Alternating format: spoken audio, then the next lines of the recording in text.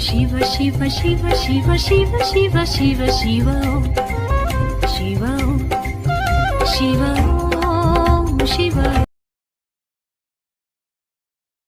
சங்கத்தின் செயற்குழு உறுப்பினர் திருமதி ஜெயந்தி அவர்கள் நட்சத்திரங்களின் சூட்சமங்கள் என்ற அற்புதமான தலைப்பில் பேச வருகிறார்கள். ஜெயந்தி அவர்களை விழா மேடைக்கு வருமாறு அன்புடன் அழைக்கின்றோம். அனைவருக்கும் வணக்கம். ஜெய் ஸ்ரீராம். என் முதல் தெய்வமான என் தாய் தந்தையரை வணங்கி, ஜோதிடத்தில் இதுவரை எனக்கு வழிகாட்டி கொண்டிருக்கும் என்னுடைய ஜோதிட ஆசான்கள் குருமார்களின் பாதம் தொட்டு வணங்கி, என் குலதெய்வத்தின் ஆசிர்வாதத்துடன் எனது உரையை துவங்குகிறேன். எனக்கு கொடுத்த டாபிக் நட்சத்திரத்தின் சூட்சமம். பொதுவாகவே கிரகங்கள் தான் நம்ம ஆக்குபை பண்றாங்கனாலும் நட்சத்திரத்தோட பங்கும் அதுல கண்டிப்பா இருக்கு. தினமும் ஒவ்வொரு நட்சத்திரங்கள் தான் நம்மள ஆக்டிவேட் பண்ணிட்டு இருக்கு. அதே மாதிரி ஒவ்வொரு நட்சத்திரத்திற்கும் ஒரு தன்மை இருக்கு. ஜோதிடத்துல நான் ஃபர்ஸ்ட் வரும்போது பாத்தீங்கன்னா எங்க அம்மா அப்பா மூலியமா தான் இந்த ஜோதிடத்துறையே எனக்கு தெரியும். என்னுடைய குருவே என்னுடைய அப்பா தான். இந்த இடத்துல அவரை நான் நினைச்சுக்கிறேன். ஏன்னா எங்க அப்பா கண்டிப்பா எங்கேயாவது ஒரு இடத்துல இருந்து என்ன பாத்துட்டு இருக்காரு, ஆசீர்வாதம் பண்ணிட்டு இருக்காரு. அப்ப நிறைய வழிமுறை, அதாவது பொக்கிஷம் மாதிரி கொடுத்துட்டு போயிருக்காங்க நம்ம முன்னோர்கள், நம்ம ஆசான்கள் எல்லாமே. ஜோதிடத்தை நாங்கெல்லாம் இப்ப ரொம்ப ஈஸியா அழகா சொல்றோம் அப்படின்னா நமக்கு முன்னாடி இருக்க நம்ம முன்னோர்களோட வழிகாட்டுதல் தான். அதே மாதிரி நாமக்கல் மாவட்ட ஜோதிட சங்கத்துலதான் நான் கத்துக்கிட்டேனே. நான் ஐங்கரன்ல முடிச்சேன். இங்க வரும்போது எனக்கு ஒண்ணுமே தெரியாது, ஜோதிடம்னா என்னன்னே தெரியாது. படிச்சு முடிச்சு வந்தாலும் பிராக்டிக்கலா எதுவுமே சொல்ல தெரியாது. கிரகங்களை பத்தி கொஞ்சம் தெரியும். நட்சத்திரங்கள் 27 நட்சத்திரங்கள் இருக்கு, ராசி லக்னம் அது மட்டும் பார்க்க தெரியும். ஆனா நான் இந்த அளவுக்கு இப்ப ஜோதிடம், ஒரு ஜாதகத்தை பார்த்து அவங்க எதுக்கு வந்திருக்காங்க, அவங்களுக்கு என்ன சொல்யூஷன் சொன்னா அது நடக்கும் அப்படின்னு நான் ஒரு ஜாதகத்தை தொட்டு ஆராய்ஞ்சு சொல்ற அளவுக்கு வந்திருக்கேன்னா நாமக்கல் மாவட்ட ஜோதிட சங்கம் மட்டும்தான் அதுக்கு காரணம். நிறைய விஷயம் இங்க கத்துக்கிட்டேன். நிறைய பாயிண்ட்ஸ் கொடுப்பாங்க. ஒரு 200 ரூபாய் நம்ம பே பண்ணுவோம், மந்த்லி ஒன்ஸ் தான் வருவோம்.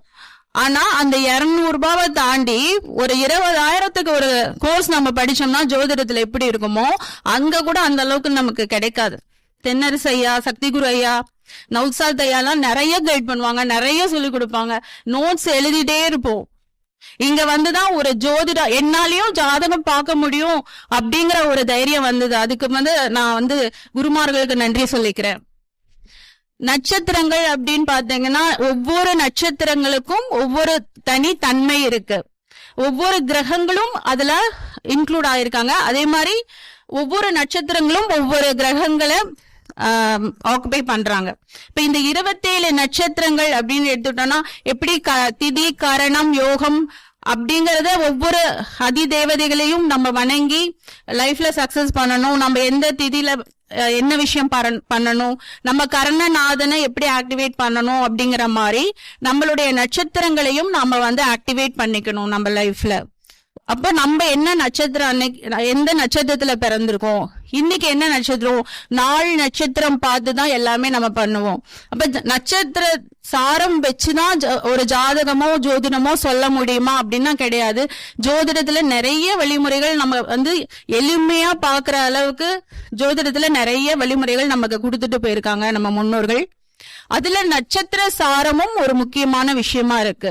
இப்போ நீ உன்னுடைய நண்பன் யாருன்னு சொல்லு, நீ எப்படின்னு நான் உன்னுடைய கேரக்டர் சொல்றேன்னு ஒரு பழமொழி இருக்கு இல்லைங்களா? அதே மாதிரி ஒரு கிரகம் எந்த நட்சத்திர சாரத்துல இருக்கோ அந்த நட்சத்திரத்துக்கு உண்டான தன்மையையும் எடுத்துக்கோ, அதோட வேலையையும் அது கண்டிப்பா செய்யும். இப்ப ஒரு கிரகம் நிற்கக்கூடிய நட்சத்திர சாரத்தை வச்சுமே நம்ம பலன் கொடுக்கலாம், பலன் சொல்லலாம். அதுவும் ஒரு வகையான ஜோதிடம் தான். அதை மட்டுமே வச்சு சொல்ல முடியுமா அப்படிங்கிறது கிடையாது. அப்ப நட்சத்திரங்களும் நமக்கு முக்கியமா இருக்கு. ஒவ்வொரு நாட்களையும் ஒவ்வொரு நட்சத்திரங்கள் வந்து இயக்கிக்கிட்டு இருக்கு, அப்படிதானேங்க?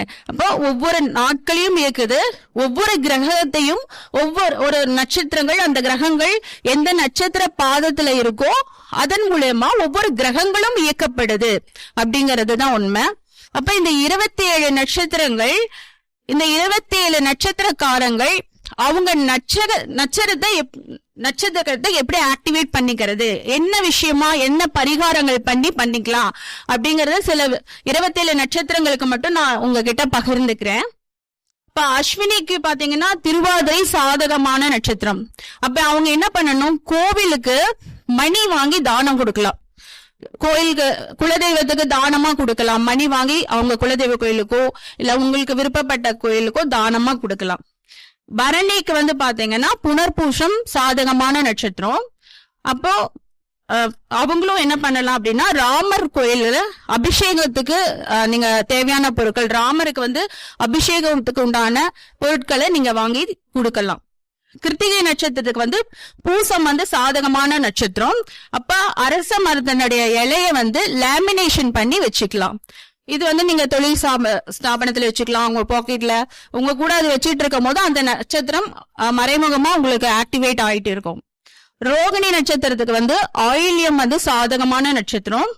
அப்ப நாகப்பாம்புக்கு புற்றுக்கு பால் கொடுக்கறது, அதுக்கு வந்து பூஜை பண்றது, அந்த மாதிரி விஷயங்கள்லாம் பண்ணும் போது சிறப்பா இருக்கும். மிருகசீரிஷத்துக்கு மகம் வந்து சாதகமான நட்சத்திரம். அப்புறம் மூஷிக வாகன முருக பகவானுக்கு பொட்டுக்கல்லையும் நாட்டு சர்க்கரையும் நீங்க வந்து பிரசாதமா நைவேத்தியம் பண்ணலாம். திருவாதிரைக்கு பூரம் சாதகம், அதனால அம்மன் கோயில்ல குங்குமத்தினால அர்ச்சனை பண்ணலாம். அபிஷேகத்துக்கு உண்டான பொருட்களும் வாங்கி கொடுக்கலாம். புனர்பூசத்திற்கு உத்திரம் சாதகமான நட்சத்திரம். சிவபெருமானுக்கு பால் அபிஷேகத்துக்கு பால் வாங்கி கொடுக்கலாம். பூசத்திற்கு அஷ்டம் வந்து சாதகமான நட்சத்திரம். இப்போ அவங்களும் அபிஷேகத்துக்கு பேரிச்சம்பளம் வாங்கி தானமா கொடுக்கலாம். ஆயில்யத்திற்கு சித்திரை வந்து சாதகமான நட்சத்திரம். புலியோட படம் அதை வந்து லேமினேஷன் வச்சுக்கலாம். காமாட்சி அம்மனை வழிபாடு பண்றது ரொம்ப சிறப்பான விஷயமா இருக்கும். மகத்திற்கு சுவாதி வந்து சாதகமான நட்சத்திரம். அதனால திணை மாவு, தேன் இத வந்து நெய்வேத்தியமா சாமிக்கு படைக்கலாம். தேன் வந்து அபிஷேகத்துக்கு வாங்கி கொடுக்கலாம். பூரத்திற்கு விசாகம் வந்து சாதகமான நட்சத்திரம். அப்ப முருக பகவானுக்கு பால் அபிஷேகத்துக்கு பால் வாங்கி கொடுக்கலாம். உத்திரத்துக்கு அனுஷம் வந்து சாதகமான நட்சத்திரம். விசிறி தானம் செய்யலாம். அதே மாதிரி பகாசுரன் வழிபாடு பண்ணலாம். ஹஸ்தத்திற்கு கேட்டை வந்து சாதகமான நட்சத்திரம். மானோட படத்தை வச்சுக்கலாம். வல்லார கீரை இருக்கு இல்லைங்களா, அதோட இலைய லேமினேஷன் செய்து வச்சுக்கலாம். சித்திரைக்கு வந்து மூலம் வந்து சாதகமான நட்சத்திரம். சஞ்சீவி மலையை ஆஞ்சநேய பகவான் எடுத்துட்டு போறாருல, அந்த மாதிரி படம் நீங்க லேமினேஷன் செஞ்சு வழிபாடு பண்ணலாம். சுவாதிக்கு பூராடம் வந்து சாதகமான நட்சத்திரம். உடல் ஊனமுற்றவங்க, காது கேட்காதவங்க, இவங்களுக்குலாம் வந்து அவங்களுக்கு அந்த காது கேட்காதவங்களுக்கு அந்த மெஷின் வாங்கி கொடுக்கறது, அன்னதானம் போல உடல் ஊனமுற்றவங்களுக்கு சாப்பாடு வாங்கி கொடுக்கறது, எந்த கோயில்ல விசேஷனாலும் அங்க அன்னதானத்துக்கான அன்னதானம் பண்றது, இந்த மாதிரி விஷயங்கள்லாம் பண்ணலாம். விசாகத்திற்கு உத்திராடம் வந்து சாதகமான நட்சத்திரம். விநாயக பெருமானுக்கு பாலபிஷேகம் செஞ்சுட்டு அகத்திக்கீரை பசுமாட்டுக்கு கொடுத்துட்டு வந்தீங்கன்னா ரொம்ப விசேஷமா இருக்கும். அப்ப அனுஷத்திற்கு திருவோணம் சாதகமான நட்சத்திரம். ஸ்ரீரங்க கோயில 5 பேருக்கு தயிர் சாதம் தானம் பண்ணலாம். கேட்டை நட்சத்திரத்துக்கு அவிட்டம் வந்து சாதகமான நட்சத்திரம். அப்போ வன்னி மர இலையை வந்து லேமினேஷன் செய்து வச்சுக்கலாம். சிங்கத்து மேல இருக்க அம்மன் சிங்கம் மேல உட்கார்ந்து இருக்க அம்மன் படத்தை வச்சு பூஜை செஞ்சுட்டு வரலாம். மூலத்திற்கு சதயம் வந்து சாதகமான நட்சத்திரம். திருக்கடை அபிராமி அம்மனை வணங்கலாம். பூரட்டாதிக்கு வந்து பூராடத்துக்கு வந்து பூரட்டாதி சாதகமான நட்சத்திரம். மாமரத்துக்கு மஞ்சள் நீர் ஊற்றி வழிபாடு பண்ணலாம். சிங்க வாகனத்துல அமர்ந்திருக்க அம்மனை உப்பு படையல் வச்சு பிரார்த்தனை செஞ்சுட்டு வரலாம். உத்திராட நட்சத்திரத்துக்கு வந்து உத்திரட்டாதி சாதகமான நட்சத்திரம். திருப்பதி ஏழுமலையான லேமினேஷன் செய்து வழிபாடு பண்ணலாம். பசுமாட்டுக்கு வைக்கோல், அதாவது பசுமாட்டுக்கு உணவு தானம் கொடுக்கலாம் கோசாலைக்கு. திருவோணத்திற்கு ரேவதி சாதகமான நட்சத்திரம். யானை பொம்மைய தானம் செய்யலாம், செருப்பு தானம் செய்யலாம், பூந்தொட்டி தானம் செய்யலாம். அவிட்டத்திற்கு அஸ்வினி சாதகமான நட்சத்திரம். குதிரையினோட படம், சீப்பு தானம் செய்யலாம். குதிரையோட படத்தையும் நீங்க வச்சுக்கலாம். சதயத்திற்கு பரணி சாதகமான நட்சத்திரம். துர்கா தேவியை வழிபாடு செய்யலாம். உத்திரட்டாதிக்கு ரோகிணி சாதகமான நட்சத்திரம். திருவானைக்காவல் சென்று வரணும் மாசம் ஒரு தரம். அதே மாதிரி கண்ணாடி தானம் கொடுக்கறது ரொம்ப சிறப்பான அமைப்பு. ரேவதிக்கு மிருகசீரிஷம் சாதகமான நட்சத்திரம். பெண் தெய்வங்கள், உக்ர தெய்வங்களை உபாசனை பண்ணலாம். கண்ணாடியும் தானம் கொடுக்கலாம். தென்னை மரத்துக்கு மஞ்சள் நீர் ஊற்றலாம். இது நட்சத்திரங்கள், அதாவது நமக்கு என்ன நட்சத்திரமோ அதுக்கு உண்டான இந்த பரிகாரங்கள் செஞ்சுட்டு வரும்போது நம்ம தடைகள் இல்லாம நம்மளுடைய நட்சத்திரங்கள் ஆக்டிவேட் ஆயிட்டு சக்சஸ் ஆகும். அதற்கான பரிகாரம். எனக்கு வாய்ப்பு கொடுத்த ஐயா அவர்களுக்கு நன்றி. என் பேரு எஸ் ஜெயந்தி. என்னுடைய மொபைல் நம்பர் 8870705089. நன்றி.